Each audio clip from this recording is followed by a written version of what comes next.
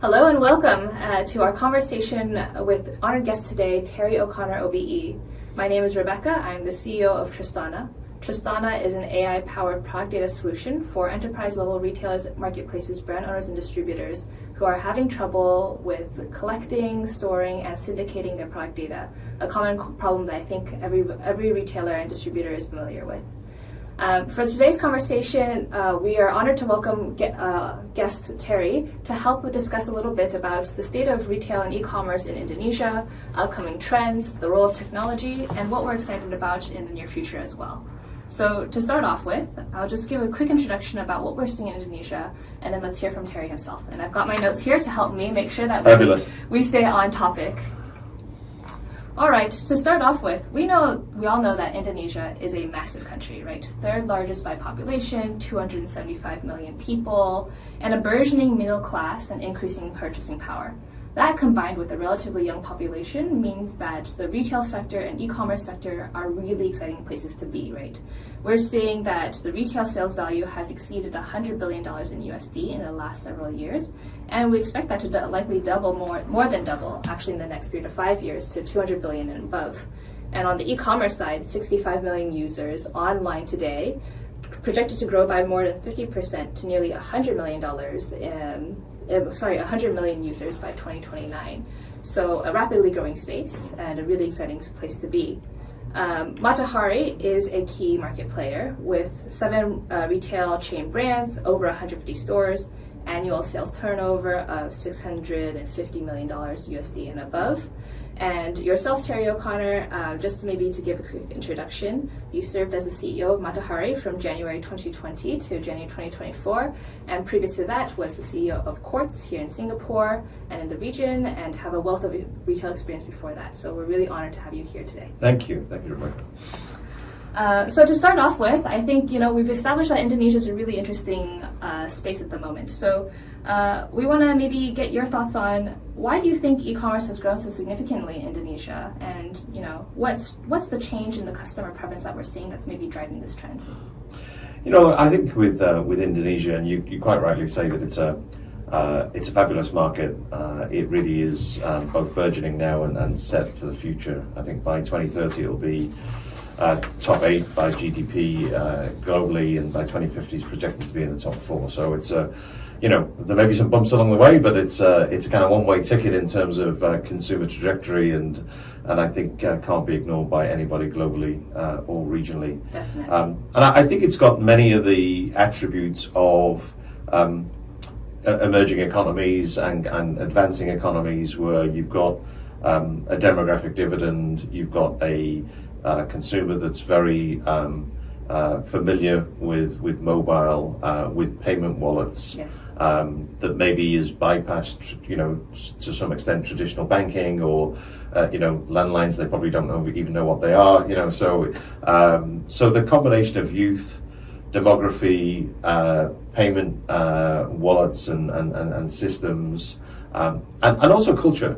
Culture shouldn't be ignored either. I've had extensive experience of both Malaysia and Indonesia, and they're very communal cultures, and so that leads to social behavior, which supports social commerce, community behavior, which supports community selling, a celebration of each other, which lends to the sort of kind of content that you see on TikTok. And so I think in terms of that youth mass vibrancy, it's definitely ripe for sharing digitally. Yes. And then of course at the other end of the market, the economy's done well, it's been advancing, you've had stable leadership for many years, you've got a well-traveled global set that's expanding in terms of that upper middle class as well. So I think those two things are converging to drive digital momentum. For sure. And definitely, I think I've seen firsthand what you're talking about. This leapfrogging of technologies, right? Going from kind of almost skipping over that landline phase of phones and going straight into mobile. And I think we can see that leapfrogging of technologies kind of across the board and impacting a lot of different industries, given just the speed of growth in Indonesia. And so kind of going back to the retail sector, what have you seen in terms of these trends? How as a retail leader have you been thinking about how that impacts your business or impacted your business? Well, I think the obvious thing for any retailer to do is just make sure that your digital offer is fit for purpose. That often starts with a re-platforming and just making sure that you've got something that's best in class and has got room to grow into and to be upgraded, that you don't have a sort of short-term window in terms of 6, 12, 18 months, because these things do take time to change, and so you want to make sure that whatever you're implementing is future-proof. That you've got focus teams, but then maybe that's the sort of starting point in terms of focused digital expertise. But then over time, you're moving towards more of a sort of harmonious, integrated situation where digital is everybody's job, right? It's not a department, and some people over there that kind of are a bit more modern than we are. You have to pull people together, and so that essentially the flow of goods, the flow of merchandise, the priority setting with suppliers and vendors, all of those things in terms of the end-to-end value chain are, if anything, digital first. Because digital first actually helps the stores, as well. You've got to take that into account with store design in terms of click and collect, in terms of returns, in terms of the marketing of digital assets, and just try to move in a way in your development path where the customer doesn't really experience a different brand, when they're communicating with a different channel. Yeah. And so, increasingly, stores, delivery systems, online, social, loyalty, and any other touch point that you have with the customer needs to sort of all stack up to be consistent. Yeah, definitely. And I imagine that organizational shift is also not an easy one, right? To go from maybe companies or retailers that have the history in brick and mortar and then moving up to digital first.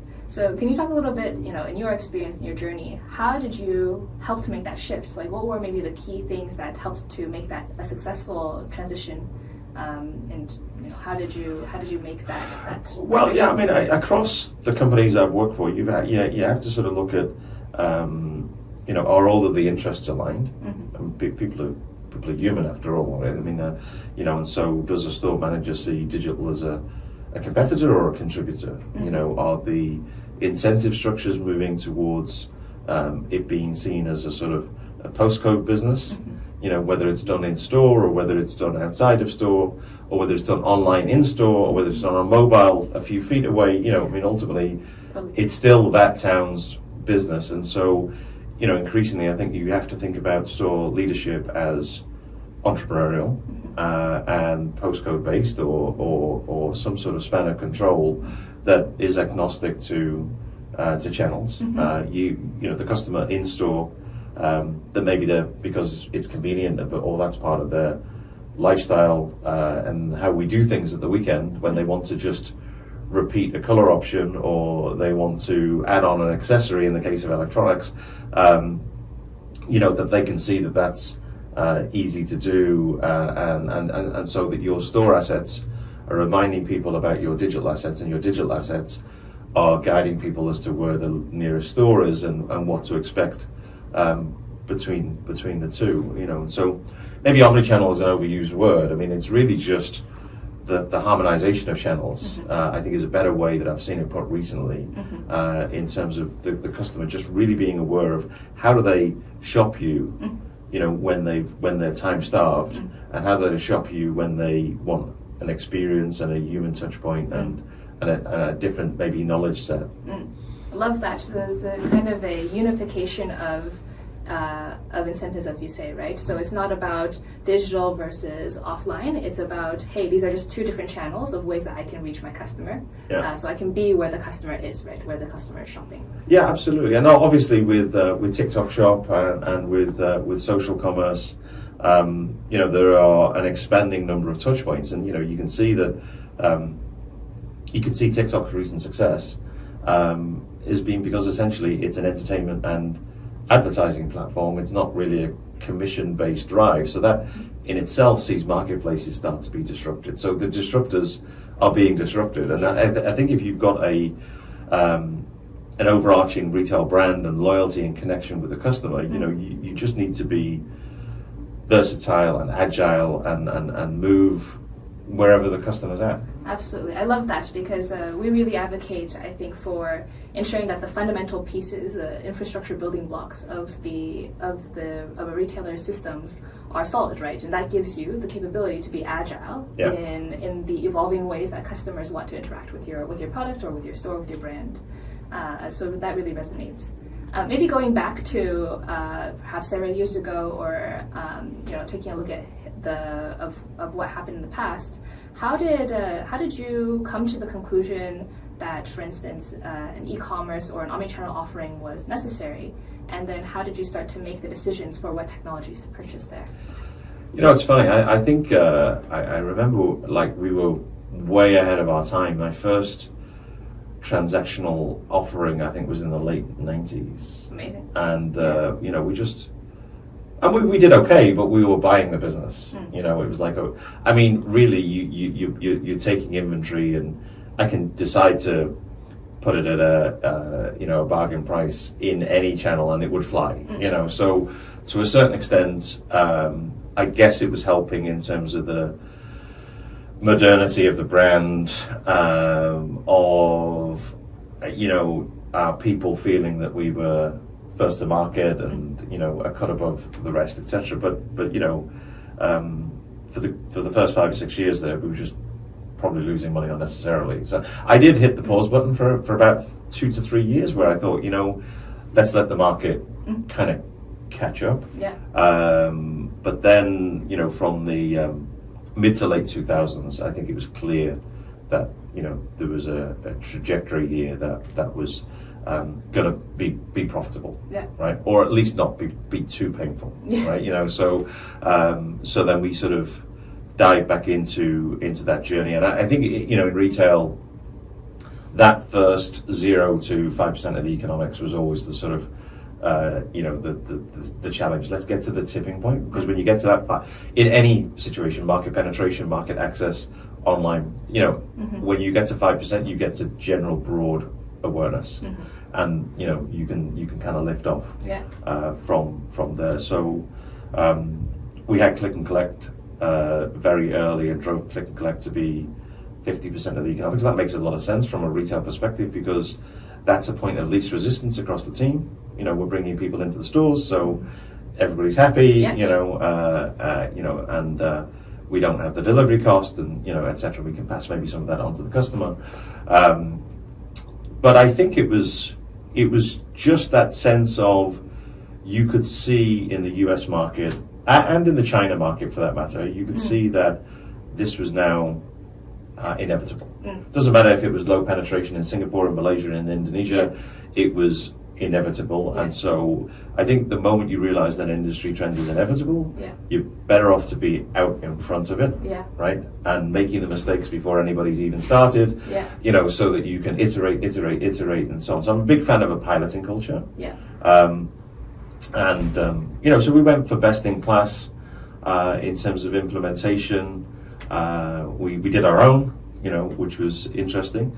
And then later on we switched to Magento, which was easier. We had, from very early on, we had part of the warehouse carved out for, e-commerce deliveries. We had click and collect, but we put click and collect deliberately next to the main sort of cashier point, so that we could, if demand was high, we could fill it. If demand was low, it could be the gifts or the loyalty redemption items, etc. The space would still be productive. The people would still be productive. And so I think you've got to think through those things early on in the journey, in terms of how do we make sure that our people aren't seeing unutilized space, unutilized people, and then they lose belief, and so on. So everything should be done with synergy in mind. And I think in Singapore we grew the business that I was involved in to be the biggest omnichannel player. Everyone above us was a pure play. So we definitely had some early success, which is great. Amazing. And how did you make the decision? Because I'm sure at the same time, these third-party marketplaces, Shopee, Lazada, etc., and Tokopedia, of course, were starting to gain a lot of momentum at the same time as well. So how did you, what was the decision-making maybe between establishing your own brand.com versus maybe utilizing these existing channels? Because I hear also a lot of retailers struggling with this decision. They're thinking, well, there's so much traffic already going to a Shopee or Lazada, why not just list there? How did you guys think through that? I think you have to own your own presentation of your own brand, right? I mean, I think you can think about marketplace as an extension, and I think you can think of marketplace as a strategic decision. They're not all the same. Yeah.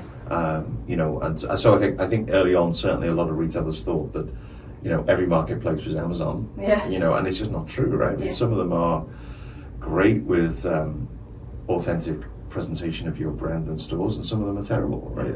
Some of the navigation gets you directly to your brand in the way that you want to see it, and some of it gets you to some generic words that are loosely associated with your brand. And that's why AI and search improvements are important, but it only goes hand in hand with is the marketplace seeing the retailer as a partner or just as a convenience to build scale, and that distinction is really important. And I think that's why Shopee have done quite well, because they do actually operate as a partner to the retailer. And I've had, I won't name names, but I've had poorer experiences elsewhere. Yeah. Got it. It makes a lot of sense. I think, the whole, as you said, right, the upfront part, maybe the 0 to 5% part, is going to be a heavy investment, right? It's going to be the upfront cost of building your own platform or using Magento or whatever it is. But there's an importance and a benefit to having your own .com and being able to control your presentation, your own brand, that then you can start to grow and kind of really shape a customer experience in an omnichannel fashion that's really representative of what you're trying to put out there for your customers. Yeah, and I also think it's a reality check as well, because if you think about the sweet spot for a mass market leading retailer, I mean, I've been blessed in my career to run two, in this region, and the price points and the shopping drivers can be very different, right? I mean, the price point in sweet spot in Indonesia can be $3 to $7, right?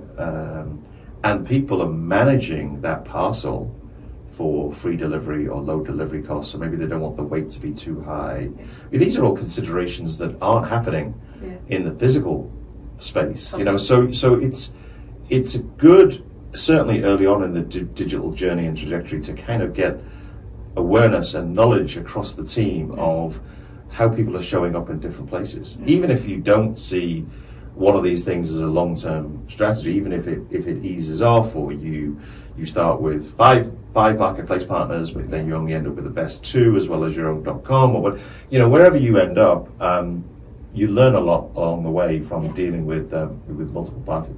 Definitely. And you talked earlier about importance of once you've established your own e-commerce platform, and you're now looking to really scale this and make it a viable channel, a profitable channel for the business. You talked a little bit about things like product discovery, search, etc. I think you must have had some experience with improving this for your own e-commerce experience. So can you tell us a little bit about what problems you might have faced and how you went around solving them from a technology perspective? I tend to try and be a user of my own product, whether it be, store visits at the weekend, whether it be reviewing the NPS verbatim, or whether it be just going online and using my own search bar, or the navigation in the marketplace that we might be represented in. Yeah. So, okay, how quickly am I getting to my brand? How, what's the discovery journey? Yeah. And so on. And, without the latest search capability, I can remember one time looking for a Whirlpool washing machine and finding a T-shirt with a picture of a Whirlpool on it, so close. and of course, as you then scale up the range, the number of problem journeys that can happen, sort of are exponential over time. And so that sort of intelligent search bar, that real intentional discoverability and wireframing of what the customer journey is going to be, and what the potential pitfalls could be, and solving it rapidly is important. Amazing. And you also, and I, kind of understanding how e-commerce platforms work, your search is really dependent upon having good fundamental data within your platform, right? Making sure that you've got, and this becomes a problem when you try to scale up your assortment, right? If you've got people manually entering data about the products or the content, you start to get into inconsistencies. Is that something that you guys face as well? Very much so. I mean, if you think about it, let's say my career started out with electronics, and world-class electronics brands, you don't really have to worry too much. I mean, you might want to take the best of the best and go beyond the basics that a Samsung or a Sony give you, and say, well, actually, there are some ideas in the Sony nomenclature and some ideas in the Samsung, and we can put those together and be the best presenter of this category in the world. But largely there's a baseline where they've already thought about it. It's already global in nature. It's already consistent. But then when you turn to the furniture category, it's very different. I mean, we're talking about family businesses, cottage industry. Suppliers could be anything from well-known globally branded beds to a local cushion supplier. And the difference in terms of the quality of description, packaging, photography is night and day. And so really, as you get sort of category extension into anything which is informal in nature, or own label, or from shifting sources of supply, or from new territories opening supply, then really you need really great content people and great content partners to help you keep that all in an orderly fashion. And you've talked about the importance of presentation, right, and customer journey, and I suppose that all kind of ties together, right, as in terms of just ensuring that the experience that you want to provide to your customers is the experience that you're going to be, when you go and try to search in the search bar, that you're finding the Whirlpool, the machine, not the T-shirt with the picture on it. Well, I think it's described as coffee stains, right? That if if you're on an airline and it's supposed to be a top class airline, and you sit down and you see a coffee stain, or you see a wrapper from a previous customer, or whatever these are kind of moments of truth that it may not be fair, but the customer casts an opinion on the whole, and so it's really important that they don't have these sort of moments of truth that cast a judgment on the entire digital offer, and so housekeeping matters, and being intentional about the customer journey matters, and elevating the content to the level of the highest supplier across the entire range matters. Absolutely. So going back to your experience in buying technology, because I'm sure that's also a point that we hear from our retailer customers as well, which is when you, for instance, had that experience of searching for a washing machine, getting a T-shirt, how did you go about then thinking about, all right, I need to solve this problem? Did you decide to build it in-house? Did you look at vendors? How did you make that decision? I think the fastest way is to look at vendors in that sort of situation. I mean, you can't staff up for everything. Otherwise you've got a massive fixed cost, and that's not always going to be put to good use. So clearly the importance of a technology team in-house is vital, but you need to make that sort of organizational design around things that are recurring, not necessarily sort of one-off improvements or things that may be revisited once every 3 years, etc. So I think that's about looking out into the market. I believe that when you have something to solve from a technology standpoint, you can't just leave it to the tech people. Generally, because they fall in love with the technology, and of course they want the best, and they want to spend the most, and everything's a Ferrari, and and that's fine, that's okay. You should have the best, but ultimately, these things have had a certain amount of R&D. Where is that company in terms of its return on that R&D? Is it already past that phase? What's their model? Is their model based on a massive amount of users in the US? and does that translate to a fragmented situation or a centralized situation in Southeast Asia? And, so I think you've got to overlay that business common sense. You need the finance team involved, right? So they challenge the ROI, and they challenge the ROI two ways. Not just is it the highest possible ROI, but are we being over optimistic here? Are we being too conservative? Because if we're too conservative because people are trying to avoid having a target internally, then it can kill the whole adoption, because of course the ROI doesn't make sense because people have lowballed all the numbers. So I think you ask the finance team to look at it from both a high bar and a low bar perspective, and all you're really looking for is, are the numbers that we're putting into this realistic, right? If my customer can get to that product faster, what does it mean for conversion rate? What does it mean for repeat business? What does it mean for, customer lifetime value as this digital business grows? And make sure that we're making the right investments. And the ROI is delivered within a sort of reasonable time frame, let's say 3 years, which might be the sort of same way that you're looking at other investments, store payback and and other things, because in 5 years the technology has probably already changed. Definitely. And in terms of, I think technology investments are maybe something that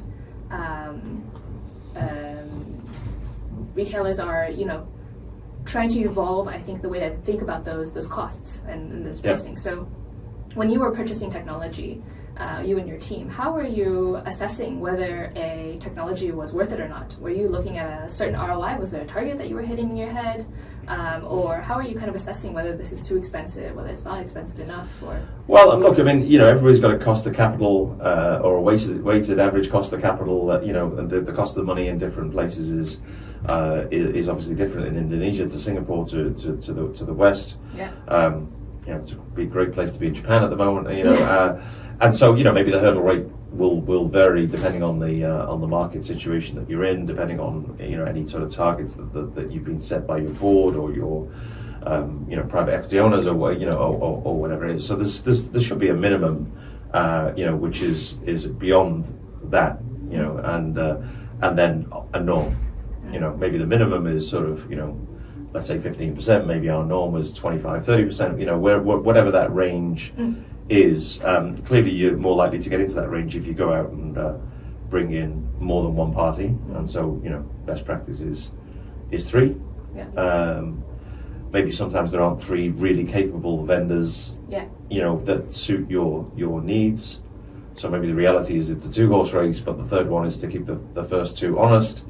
In which case you might have to be authentic and sort of say, look, we're not sure that this, to the third party, we're not sure that you're a right fit for us, but we're going to give you an opportunity. And I don't believe in taking people up the garden path for the sake of it. I think people should know whether they've got kind of likelihood that this is going to go to a second or third round, or if they're not, maybe just the one that you're least hopeful of has sort of exited early before they've done too much work. But and equally, you're not trying to drive the price down to the point where the service levels are affected, that you get the B team, not the A team. So it's that balance of hitting your target ROI and making sure that the quality of the team that's pitching to you is actually the real experience of what you see, post-transaction. It's going to give you the implementation that helps you hit that ROI, right? You don't want to, absolutely. Awesome. So let's maybe talk a little bit about the future and what you're excited about going through. I'm sure everybody in retail is talking about AI and how it can play a role in commerce and retail. What are you excited about, and where do you see opportunities? Look, you're not going to go to a conference or see a podcast that doesn't talk about AI at the moment. I think AI is both a massive opportunity and, of course, a threat to retailers. AI in the hands of a customer means you've got to be on your A game in terms of what people are saying about you, in terms of reviews, in terms of customer experience, in terms of, do you have those brands or those products or not? Because they're going to be typing into ChatGPT, where's the best place to buy this? Who will be the top 3? Please aggregate the online reviews for me. Tell me the top 3 things that people are saying about this retailer, the worst 3 things that people are saying about this retailer. So I think it even more democratizes knowledge in the hands of the consumer, and so authenticity is going to be even more important. Making sure that you, therefore, as a retailer, are on top of AI trends for improving the store experience, improving the digital experience, improving the channel consistency. We don't really have to wait for NPS verbatim to tell us what our advocates or our detractors are saying when you've got access to maybe aggregated global data, aggregated Malaysia or Indonesia data, the accumulated level of customer feedback across all of history, distilled down for you. So, I think the ability to get meaningful customer feedback, act on meaningful customer feedback, get back into that sort of feedback flywheel and loop is going to be exponential, and that's both exciting and daunting. I think, depending on culture and skills and so on. So there's no hiding place for retailers. So I think the good thing is that great retailers will see their work well recognized, and any company that really cares about their customer and cares about their staff, that will come through. Any retailer that has a negative culture, that hasn't sort of invested in their workforce, that hasn't invested in the customer experience, that's going to be amplified as well. So I think AI is the great leveler in terms of authenticity and transparency of retail customer connect. That got it. Super insightful, and I think very much so, right? AI basically magnifies the things that are already there. What about in terms of opportunities for retailers who are looking to bring their customer experience or their offerings to the next level? Are there any use cases that you're excited about, that you've seen or are interested to see retailers utilize to make their businesses better? Yeah, look, I was at Harvard Business School for a sort of CEO refresher in January, and one of the classes was led by Hubert Jolly, who did the Best Buy turnaround in the US. And as wonderful as it is to be taught by professors, it's another level to be taught by a professor that's also a retail practitioner. For me as a career retailer, and he was talking about the importance of everything, technology, culture, just being connected by purpose.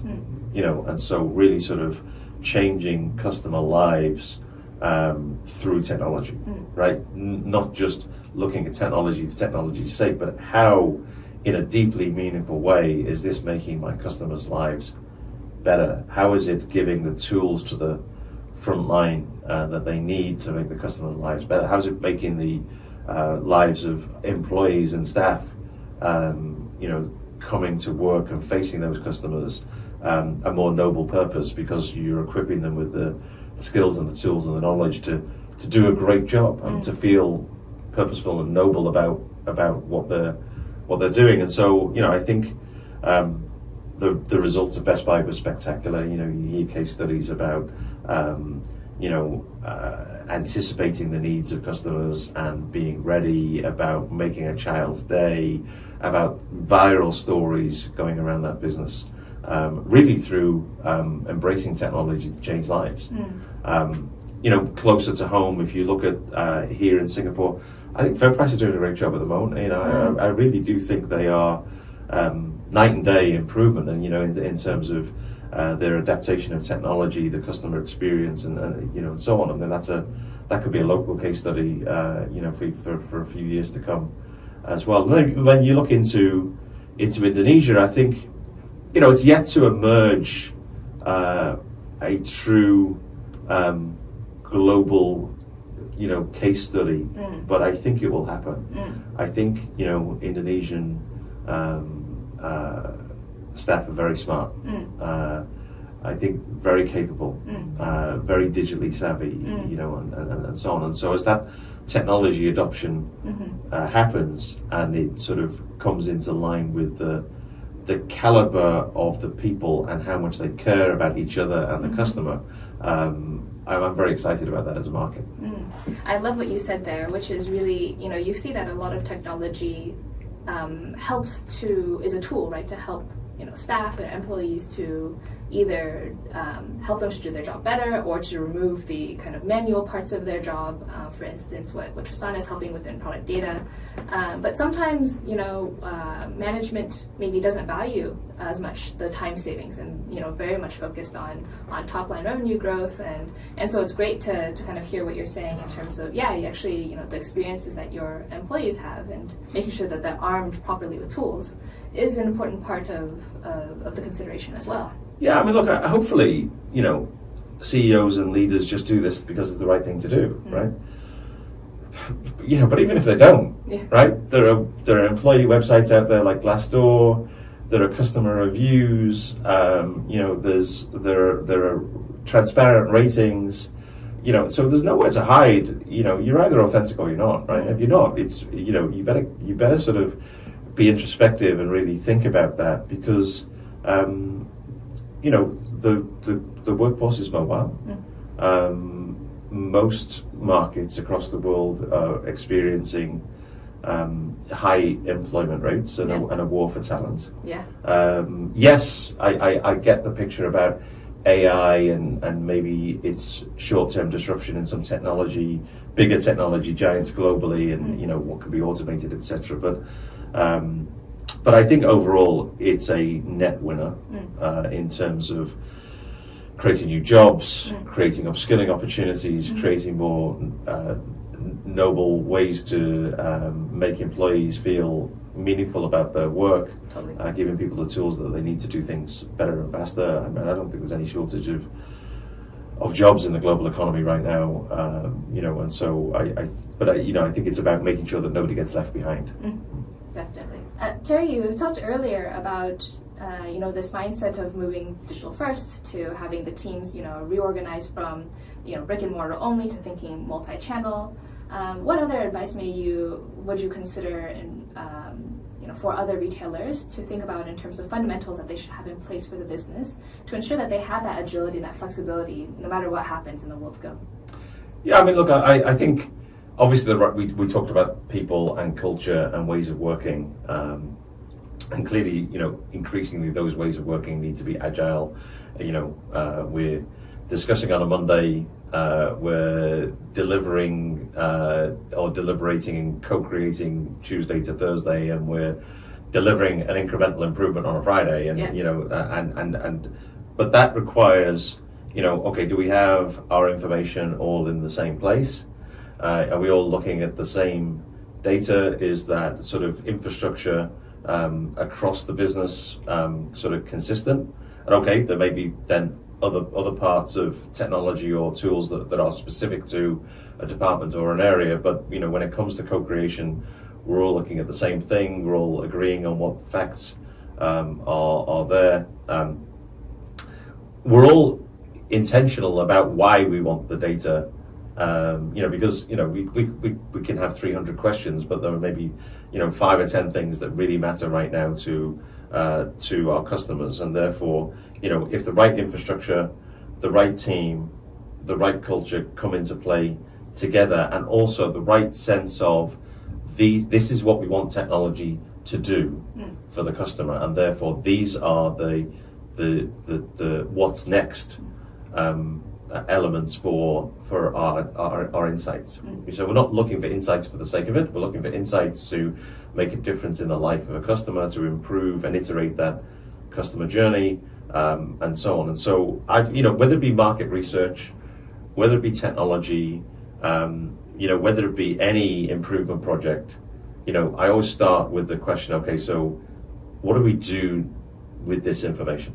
Right? And let's work back from there, right? Because then we're asking the right questions, we're having the right huddles, and people feel that they're really making a difference. So I would summarize and sort of say it's the right people, the right culture, the right agile ways of working, and whether that's a Scrum or whatever agile practices you have, outstanding infrastructure, and a very clear sense of purpose about what we're going to do with the right infrastructure and the right data to solve for tomorrow.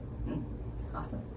And maybe just one last question, which is, what advice would you give an Indonesian retailer who's looking at I want to make the investments and the right decisions for my company today to make sure that we're still relevant 5 years, 10 years, 20 years down the line?